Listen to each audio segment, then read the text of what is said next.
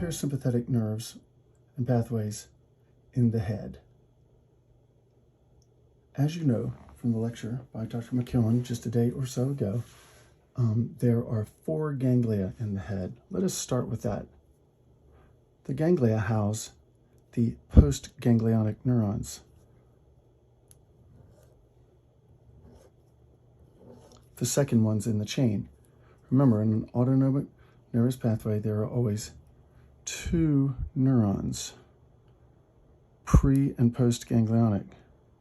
And we can call them the first and second neurons in the path. So I'm drawing neuronal cell bodies in the ganglia. These are the postganglionic neurons. Now remember Dr. McKeown's mnemonic for these ganglia? COPS. They are the ciliary, otic, pterygopalatine with a silent P, and submandibular ganglia. Now that's where we find the postganglionic neurons. Let me just reiterate. This is, everything we were talking about here is parasympathetic. I'm not going to mix topics. You know I got to hang up about that. So that's where we find this second neuron in the chain. Where do we find the first neuron? If I'm ever passing you in the hall and I ask you, where do you find the preganglionic neuron in any autonomic pathway? What's your answer? It works for either sympathetic or parasympathetic. That's going to be in the central nervous system.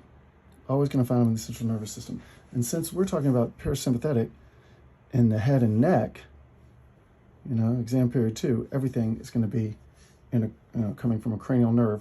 So it's going to be in the CNS and the brainstem. Now, last exam period, we had a whole other thing, but I'm not even going to mention it because that is the past. So this is where we find the preganglionic, which I'm just going to say the primary or first. Here's your secondary or postganglionic. So we're going to have sort of a long axon projecting from the preganglionic neuron. So this is our preganglionic axon to the cell and the ganglion. Should draw it to the cell there. All right. So now I want you to take note that I've illustrated this to show you that the first axon is long. The second axon is going to be relatively short, because where do we find parasympathetic ganglia? We'll always find them in or next to the target organ. In the head and neck, they're going to be next to the target organ. So this ciliary ganglion is found right behind the eye. Its axons will project to the eye. So here's my drawing of an eyeball.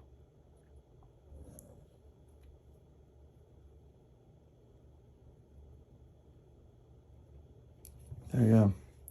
And so this is parasympathetic. So what's it going to do? Hold on a second. I'm making a movie. Pause. Inside's making a movie. Do you have pictures? All right, yeah.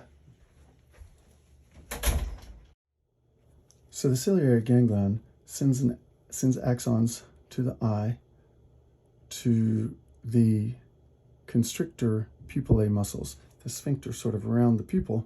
So when stimulated, they constrict the pupil.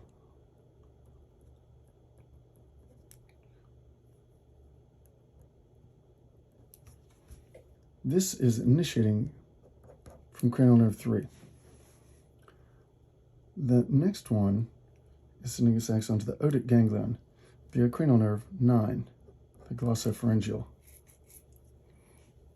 From the otic ganglion, which is right next to the parotid gland, it projects axons to the parotid gland. So I'm drawing of a parotid gland to stimulate salivation.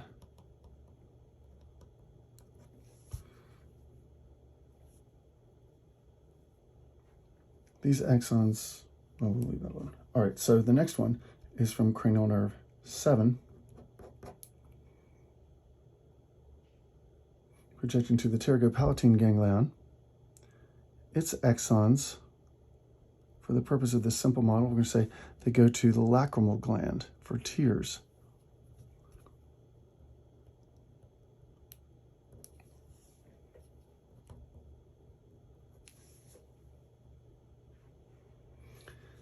And the next one is also from cranial nerve 7,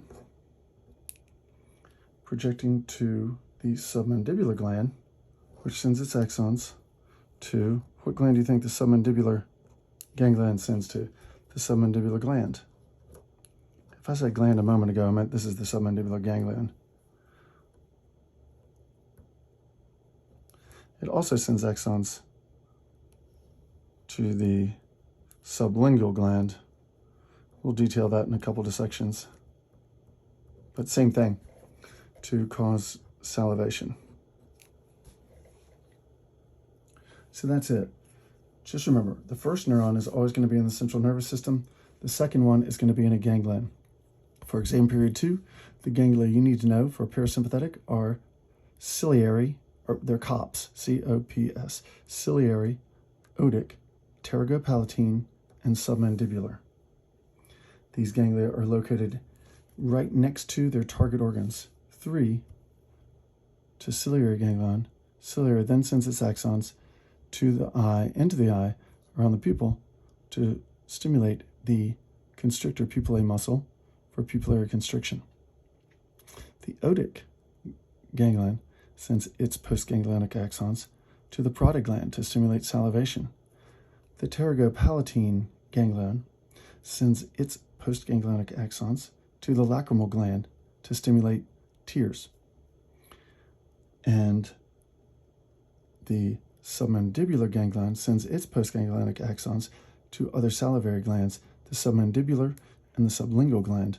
We'll see in the final dissection of this exam period. So remember, if I ask you which cranial nerves carry parasympathetic information, you're going to say 3977. 3977. And what ganglion do they go to? You'll say ciliary, otic, pterygopalatine, and submandibular.